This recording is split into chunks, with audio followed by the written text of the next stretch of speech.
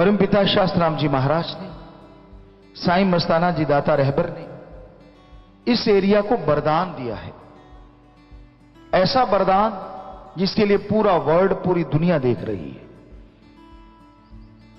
ये डेरा साईं मस्ताना जी दाता रहबर मालिक ने 1948 में बनाया। शास्त्राम जी दाता रहबर ने सजाया और वही सजा रहे हैं, वही बना रहे हैं।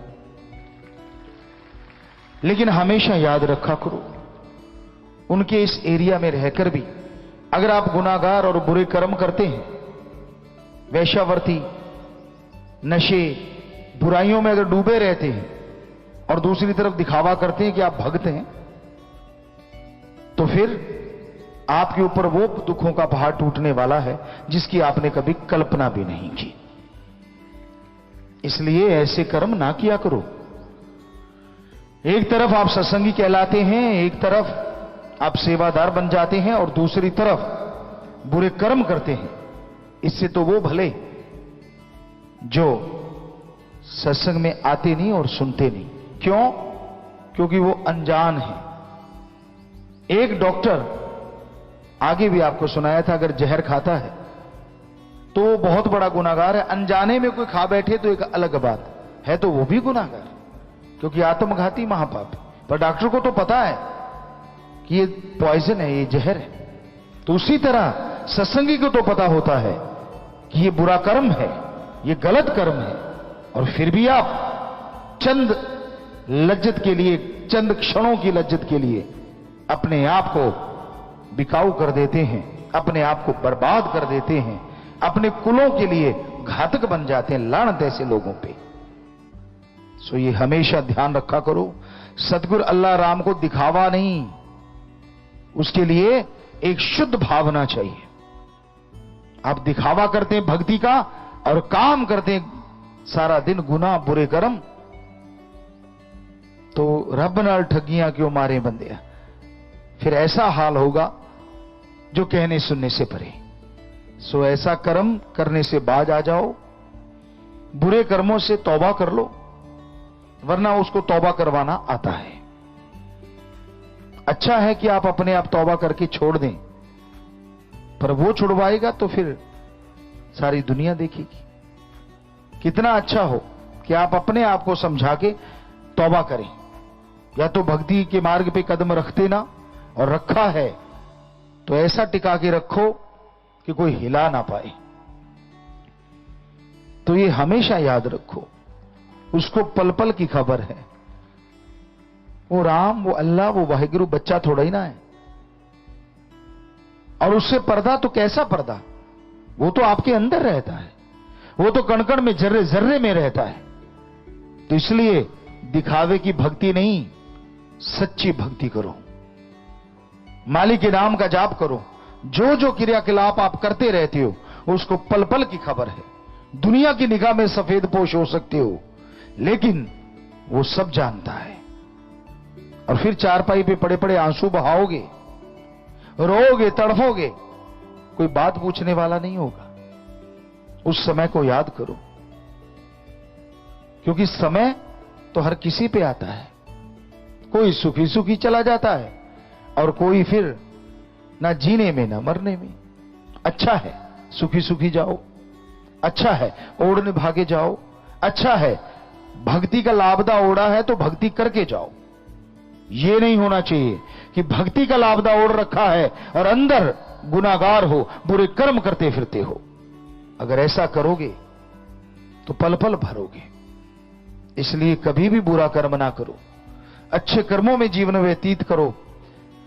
शास्त्र नाम शाह मस्तान जी दाता ने जो आपके लिए नियम बनाए हैं, 100% उन पे पहरा दो, तो हम गारंटी देते हैं ना आपको अंदर कमी ना बाहर, हजारों गुना खुशियां आएंगी।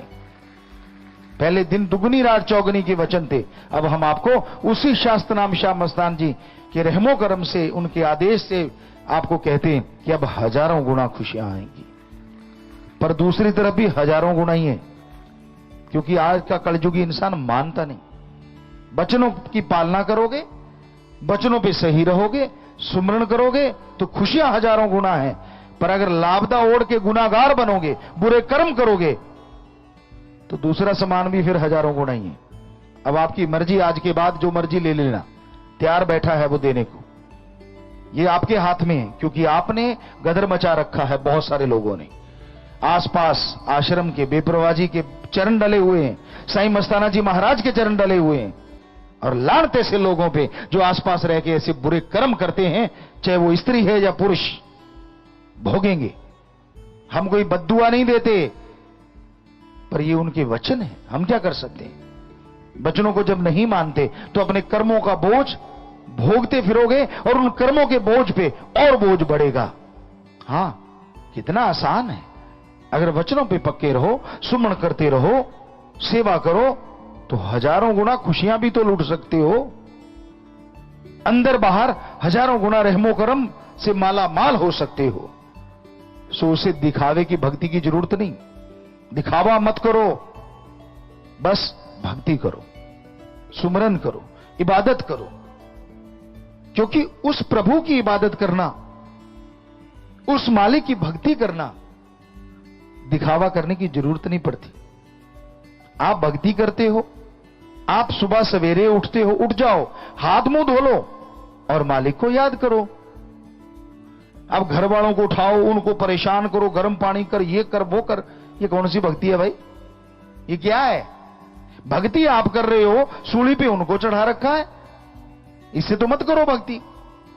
वो उड़ते उड़ते 20 गालियां ठोकेंगे आपको, 15 बद्दुआएं देंगे, कैसे बचोगे उनसे?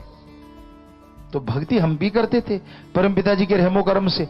और आप माता जी से पूछ सकते हो, उनको पता तक नहीं होता था कि हम कब उठे, कब सोए, कब, उनको कुछ पता ही नहीं। 2 बजे उठना, मालिक की भक्ति करना, 3 बजे उठना, घंटा उसकी याद में बैठना।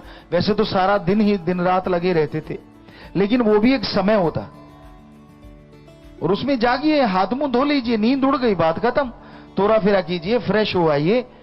जब फ्रेश होने जाते हो, उठते हो, मुंह धोते हो, तो नींद उड़ जाती है, और भक्ति में बैठ जाओ, चलते फिरते सुमन करो। पर किसी को तंग करना भक्ति नहीं होती। तो इसलिए इस कलयुग में अगर सच्ची खुशियां चाहते हो, अगर पूर्णतः खुशियों से माला माल होना चाहते हो, तो आप मालिक के नाम का सुमरन अवश्य किया करो, वरना मन काबू नहीं आता। ये मन इतना जालिम है, एक पलक झपकते ही आसमान में और अगले ही रस्ताल में ले जाता है। ये मन लालच देता है, ये मन गुमराह करता है, और लोग इसके हत्थे चढ़ के अपनी तमाम खुशियों को आग लगा बैठते हैं। इसलिए आपसे गुजारिश, दिखावे की जरूरत नहीं, भावना से उस परमपिता परमात्मा को पाओ। अल्लाह कहो, वाहिगुरु कहो, राम कहो, ईश्वर कहो, ओम कहो, हम आपको गारंटी देते हैं वो जरूर खुशियां देगा, जरूर दर्श दीदार देगा। अगर अंदर से तड़प के भक्ति करोगे, दिखावे की जरूरत नहीं।